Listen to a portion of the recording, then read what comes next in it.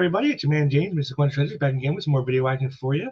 If the voice sounds a little rough, no, I'm not doing my Wolfman Jack or Barry White impersonations. This head cold just doesn't want to let me go. But show's got to go on, and I planned this out long ago, so I definitely got to get this in. So while it's backed off enough for me to do it, I'm going to try to get this out for you guys and get one more in for this year. That's the final Why It's Great for 2024. And for those of you who don't know what that is, Why It's Great is where I take a back issue from my collection, tell you why I think it's so awesome and why you yourself, if you want to check it out. But before we get into any of that, I want to say thank you for joining me today. I hope you get some fun out of this. And also, be sure to drop any likes down there if you like what you hear here to help out the algorithms. Always appreciate it. Also, be sure to drop any comments. I want to hear what you guys got to say about stuff because it's always important for me to hear from the folks. And if you've subscribed, please subscribe so you don't miss any of the content that's being put out around here. Also, make sure you're still subscribed, as I noticed a lot of drop-off in the numbers lately. I don't know what's going on with YouTube, if they're purging people or if it's bots or whatever it is, but I really like seeing those numbers go down, so I like to see them go up. So definitely go ahead and check and make sure you're still subscribed. And if you are subscribed, share out some links so we can bring in some new subscribers to get those numbers back up, because I definitely want to go in that direction. So again, I thank you all for joining me today, and let's get on into this. Today's book is Adventures of Superman number 474 from 1990. And this one has a little bit of a special resonance to me for a reason I'll tell you probably at the end there. Also, stick around because I have some important announcements at the very end of this that you'll want to hear. But let's get on into it right now and check out our book. So let's get me off the stage right here, because it's never really been about me, of course. And let's bring up the book.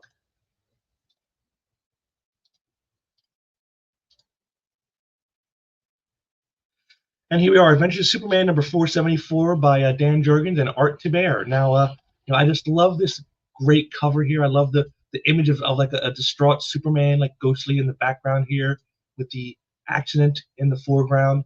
Great stuff. And I really like the way Jurgens and Thibert work as a team. I always thought that like Jurgens was best inked by Art Thibert. Out of all the people that's inked him over the years, he's been the best inker. Some might say with Brett Breeding, but I would definitely say Art Thibert, because like you can see like here on the tree and like this cross hatching here on the Superman figure, with the little details. This is always you can tell Art Thibert's inking is that kind of stuff. And I thought it worked really well with Jurgens' pencils. So definitely one that is worth checking out here. And it says dated 1991 January, but of course, as we know, they came out before that. It came out in November of 1990. So let's get on into it. And as it starts out, we start with a shot of Superman flying, and I'm going to read these to you so you can get like kind of the impetus of where we're going to go with this. For over 10 years, significant questions have remained unanswered. Questions of life and death. Tonight, as the spent year gives birth to a new one, these questions will be confronted and answered. Now, right here, we're already seeing a sign of what this is all about. Can you catch it? Do you catch it in these images? Do you know what it's about yet? Well, we'll get into that here in a moment. So it's a hospital. Clark Kent comes walking in. They're talking about how like they got to work on New Year's Eve and how there's so many police out there because of it's New Year's Eve, and and with yeah, my husband is working tonight too. He's with the police, and with all the drinking going on tonight, they're forced to run a full crew on New Year's Eve. Kent comes in asking for a certain person, Scott Brubaker's room, and they send him off. And the one nurse is kind of nasty towards him, where the other one isn't, and you kind of see why. She goes, "I'm certainly surprised to see that young man is here tonight." There's no kidding, big city columnist. Isn't he one of Smallwood's most respected graduates? And she goes, "Oh, young Mr. Kent it wasn't all peaches and cream, let me tell you. He was one of the punks involved in the tragedy that landed Scott Brubaker here, my dear. Oh yeah, Brubaker. He's the one whose parents have decided to. Oh wow. Now." Again, are you seeing where this is leading? Do you get the point just yet? Well, if not, it's coming. So he goes on further, heads up to the area where they're at. They're talking about how they hate having to work because of the Brubaker thing. Clark comes over, asks where they're at. And, I know visiting hours are over, but can I check him out? And he goes, well, he's over here, but his parents are there, and so we don't want you to intrude. He goes, Scott and I go way back. I'd like to see his parents as well. Maybe I can get them to understand. Understand what? Well, again, we're about to find out here as we have a little jaunt down memory lane with Clark himself, with any luck, maybe I'll understand why I'm here tonight. And we go back to a time when he was in high school playing football, and you know, he's sort of like the team bigwig. You're the best in the conference. Can't show him how it's done. So he goes out and you see he's like just running by them because again, this is Superman. So this is like before his powers are fully developed, but he's still developed enough that nobody seems to be able to stop him, except someone does, and it's Scott Brubaker. And he goes, "If I didn't know any better, Kent, I think you'd let me tackle you. I'll never tell, Brew. Well, whatever. It's a good thing you went down when you did, because if you'd gotten by all of us, Coach would have had the defense running wind sprints till sundown." And he goes, "And you guys would have want to kill me. I know. Who needs the grief?" So you can see like a little camaraderie here between them. So like they're kind of like colleagues, friends in a way. You know, bros of the field, as it were. And just, God, I'd give anything to turn around and walk away, but I can't. Not again. Not anymore. And so he goes in, and the parents are there. They think it's a mistake. Maybe he's got the wrong room, and he goes, "Mr. Breaker, I'm Clark Kent." And then you can see the reaction. Clark Kent, you were in my son's car, weren't you? The night he sure was, Madge. Look here, Mr. Kent. I don't mean to be rude. We have an incredibly difficult night ahead of us, and we'd rather deal with this privately. And so he begs for their forgiveness. He goes, "But I had to come. I know what you're planning to do. It's been in the news, and I know it's going to be painful." And they go, "See here, Kent. We're all well. You're a newspaper man, and if you've come here looking for a story, it would be just about the most unethical thing I've ever." And then that's when he hits him with the truth here, and he goes, "The story's the last thing I'm looking for. I'm here because Scott was a friend of mine." But it goes deeper than that.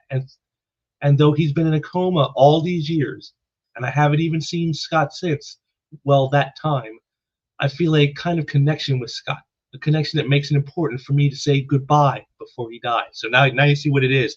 They're going to pull the plug. He's been in a coma for all this time, since Kent was in high school.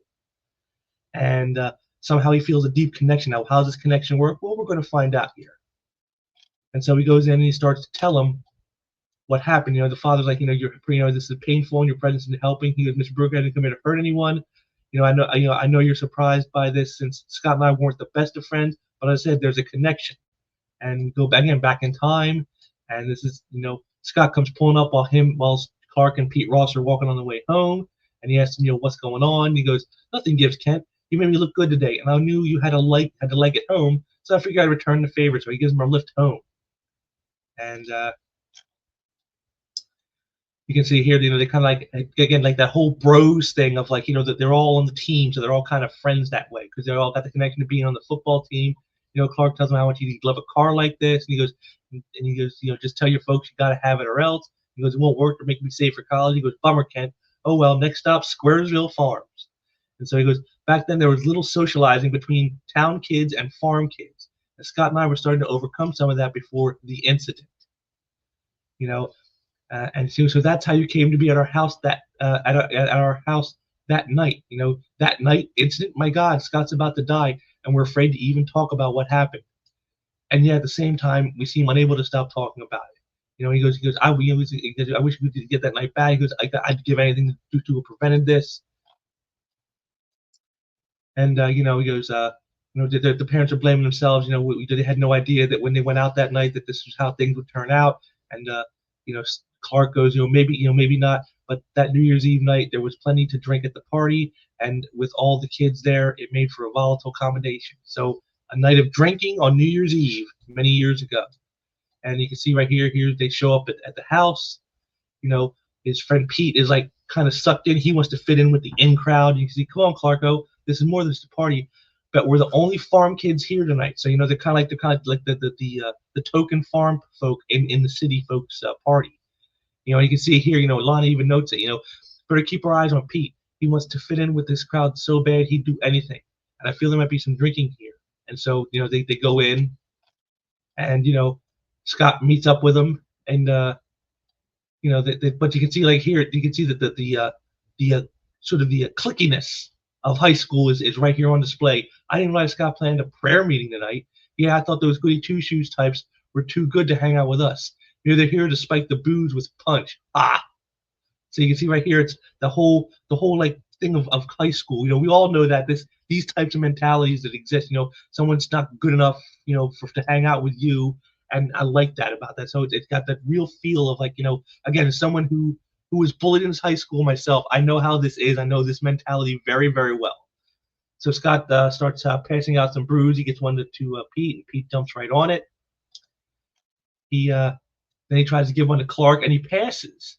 But then you can see again the peer pressure comes in. Crude and rude, man.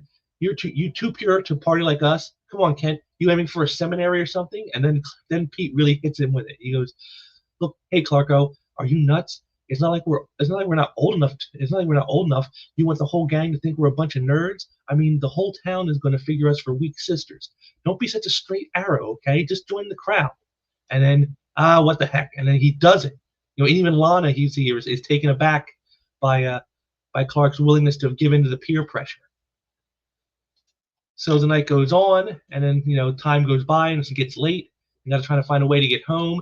Pete's totally smashed, and Lana's not doing too much better herself. You can see she's kind of tipsy as well. But Clark is the one, he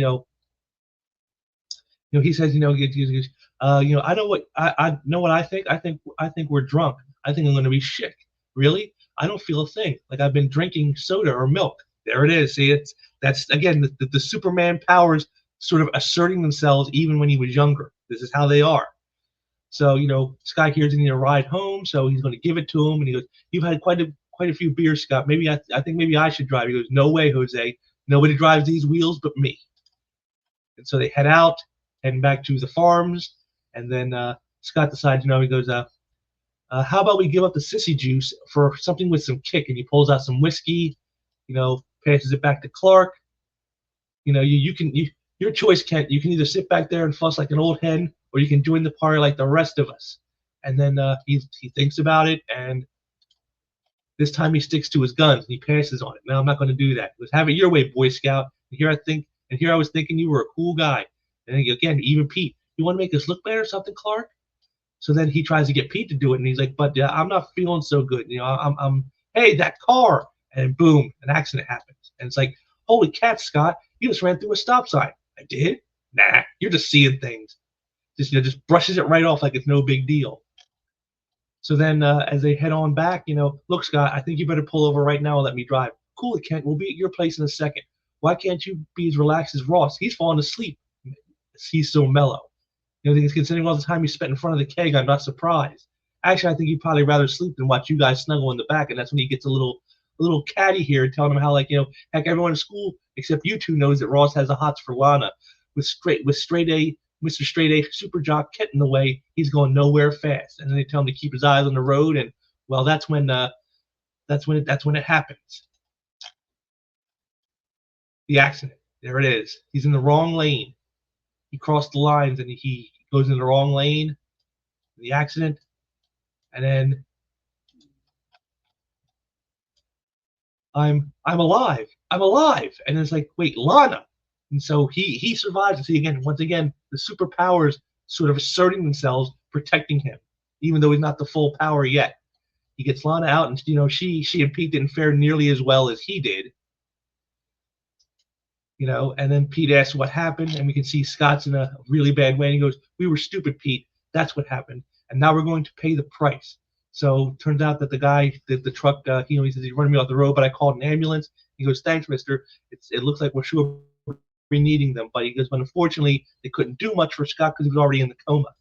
And this is when Kent comes in with the real harshness. He goes, "And because I didn't prevent Scott from driving and take the wheel like I should have, the accident was my fault," which we all know is true because as Superman, he wasn't actually drunk. He was still sober. He could have driven that car, and what happened that night wouldn't have happened. But this is where the gut punch of the story comes in, is this next page. "Don't be ridiculous, Mr. Kent. The way I see it, you kids were guilty of bad judgment, nothing more. You can't blame yourself for that accident any more than we can. Why, you'd been drinking yourself. Yeah, you may have felt sober, but that sure doesn't mean you were. And even though you may not have ended up in the hospital like the others did, I bet your folks were sure to point out the error of your ways." See, so here is they're actually trying to help him get over his feeling of like remorse and guilt at this accident. He's blaming himself, like, if I would have been driving, none of this would have happened. And yet they're letting him off the hook because they know he had been drinking. And in a normal situation, like with us normal people, that would be true. You would be drunk. I would be drunk. If we'd have been doing what he was doing, we'd be drunk too, even if we felt sober. But we know he's Superman and he knows it. And so here it is. They're letting off the hook, and he knows, no, you can't let me off the hook. I am guilty of this. This is true. I'm truly guilty. I could have driven and I would have been stone sober because I'm Superman. But of course, he can't tell him that. But like this thing, that's why I love this image right here of his face. I mean, you can just see the pain.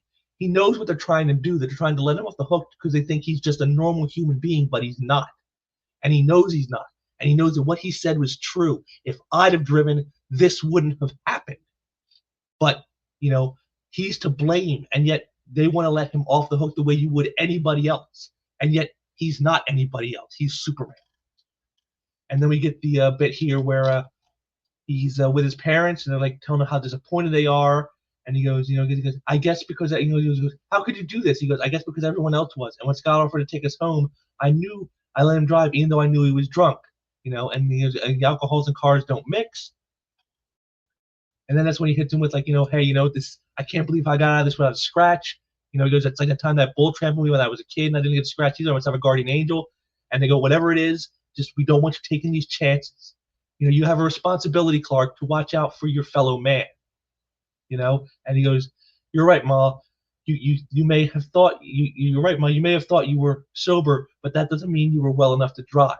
And he apologized, and he goes, I guess you don't think much of me now, huh? And he goes, don't be silly. We love you. It's just that we want you to do the right thing and be the kind of responsible man we know you can be.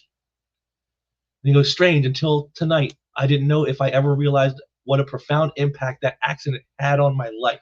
So here we are seeing a story of his past to help you see why Superman is the big blue Boy Scout. A time when he could have made a difference and saved someone's life like this, and he didn't. Even though he didn't know he had powers at the time. And yet now it so much informs everything he does. This is why he's the hero he is.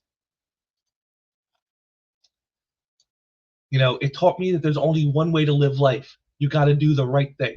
The world fosters countless tragedies, and all we can do as individuals is try to prevent even one of them from happening. Is that why you're a reporter, Mr. Kent? Journalism gives me a chance to address a number of injustices, Mr. Brubaker. Unfortunately, I can't cure them all. And then rest in peace, Scott. I hope you'll forgive me for not being the man I should have been that night. And then, they say that he's that kind of man now, and so they thank him for coming, and he thanks them for their patience. I hope you'll find the relief you deserve once Scott is gone. And let me point out here something else is I love with the inking here by Tiber is like look at this, the hair on the hands. You never see this, almost never see this in comics unless maybe it's Wolverine. You never see this kind of thing. I like that little touch of detail that he puts in. It's just I like that so much. And then we get to the denouement, as it's called. And then Kent leaves. Here's some guys leaving a party. Kind of tipsy themselves, and so how about we go hit the Garrison party? I bet it's still going strong. So they're going to head out and go. But then, hey, what the Sam Hill's going on here? What's going on? My tires are all melted down to nothing. It's freezing out here. How did it happen? How? And there it is. He couldn't stop it that night, but he stopped it from happening here. That's the lesson. That's the lesson of the story. That's what he learned is, you do what you can when you can all the time. Do the right thing because it's the right thing to do. And that's what he does here. I love this story.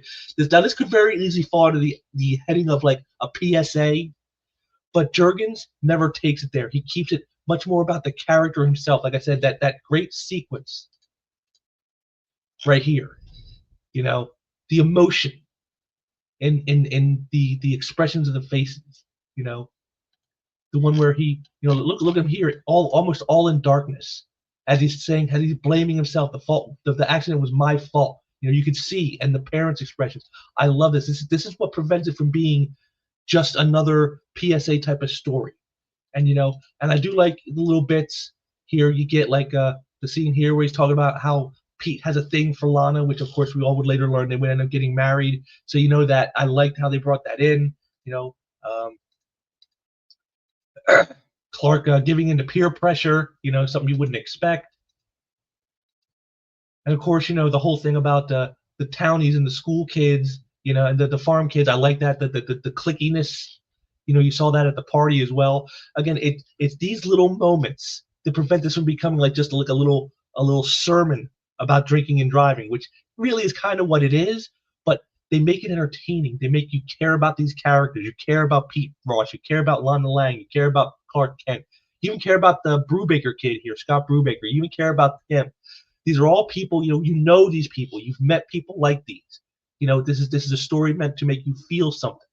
And even like I said at the very beginning,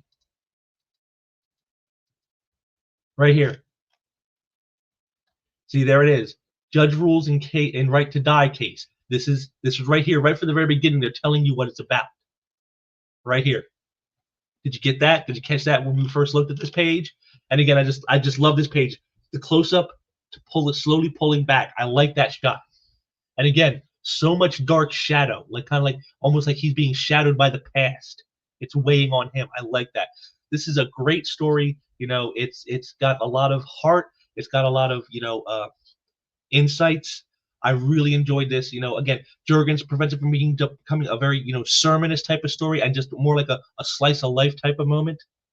And I like that. Again, you really didn't see much Superman except at the very beginning and the very end, and all the rest of it was all about Clark Kent. So a very emotionally character-driven story, and I really like that about this. It's just like one of my all-time favorite Superman stories. And as I said, this one touches to me a little bit because my father was an alcoholic, my brother's an alcoholic, and I've had a lot of alcoholism in my family. That's why I'm like Clark was. You saw that at first before he bowed to peer pressure. I'm the guy that doesn't drink because I see what it can do. And so for me, this really resonates much more deeply with me than it might be with someone else who isn't so attuned to that type of thing. But to me, it does. And so for me, like I said, this issue is a great issue. Again, nice little moral lesson in here. You can hand it off to a kid. Maybe they'll learn a little something from it. But yeah, this is definitely an issue worth checking out. Not very expensive. You probably get this for like $5 or less. Again, not any kind of major key, but like a nice little moment of a story of the past and a character that we well know, and kind of gives us a little more insight into why he is the way he is. And again, all without feeling like an overly developed sermon, like a PSA type of thing. It's a real story about real people and a real situation that can happen to anybody. So definitely one worth checking out. Adventure Superman 474. You don't want to pass it up. It's some good stuff. And like I said, Jurgens and Tiber, they're a great team, and I really love this book. One of my top 10 favorite Superman books of all time, no question. And there we have it, folks. Another one in the books, the final one of the year. And of course, I chose this because it also happens to be happening on New Year's Eve, which is exactly what today is. So I thought, the symmetry was just so too perfect to pass up. But I hope you enjoyed that, and got little something out of that. Now about the important announcement I had to make. First of all, was again about I mentioned it earlier about the subscription seem to be going down here lately. I don't know what's going on with YouTube, if they're just purging bots or if they're purging people who they want to get off your list. I don't know, but it's very disconcerting for me to see the numbers going down the way they have. So if you can, please make sure you're still subscribed so you don't miss any of this content, and share out links to bring in more people because I want to get those numbers up again, to get it going back in the right direction. And as far as the other announcement I had was this being the last one of this year. Starting next year, I won't be doing these weekly. It's been kind of a grind trying to make sure I get one every week for you guys. I'm going to reading all the back issues, going through stuff, trying to find this book or that book, which one's good enough. Reading multiple books, sometimes daily, trying to find the right one to do for you guys. On top of my new stuff that I get, on top of life and everything else, it's a little much. So I'm going to be going bi-weekly with these. But while I will only be doing these once every other week, the alternate weeks I will be doing Artistry Appreciation, where I will take a piece of comic art from my collection and I will spotlight it and tell you why I think it's so awesome, just like I do with these books. So you're going to get alternating between those two weekly. So the content isn't really going to go down very much. It's just going to be switched up a little bit. Just something I got to do because I want to stretch this out as much as I can. I don't want to burn through too many books too quickly. And like I said, trying to focus in with life and everything else, and keeping up with my new books and trying to find the old books that are worth reading. They're worth pointing out to you like this. It's kind of become a kind of, I just reached a crunch point, and I just need to slow it down a little bit. But I will be doing that, so you will still see more of these in the new year, but they'll be a little less frequently than they've been this year.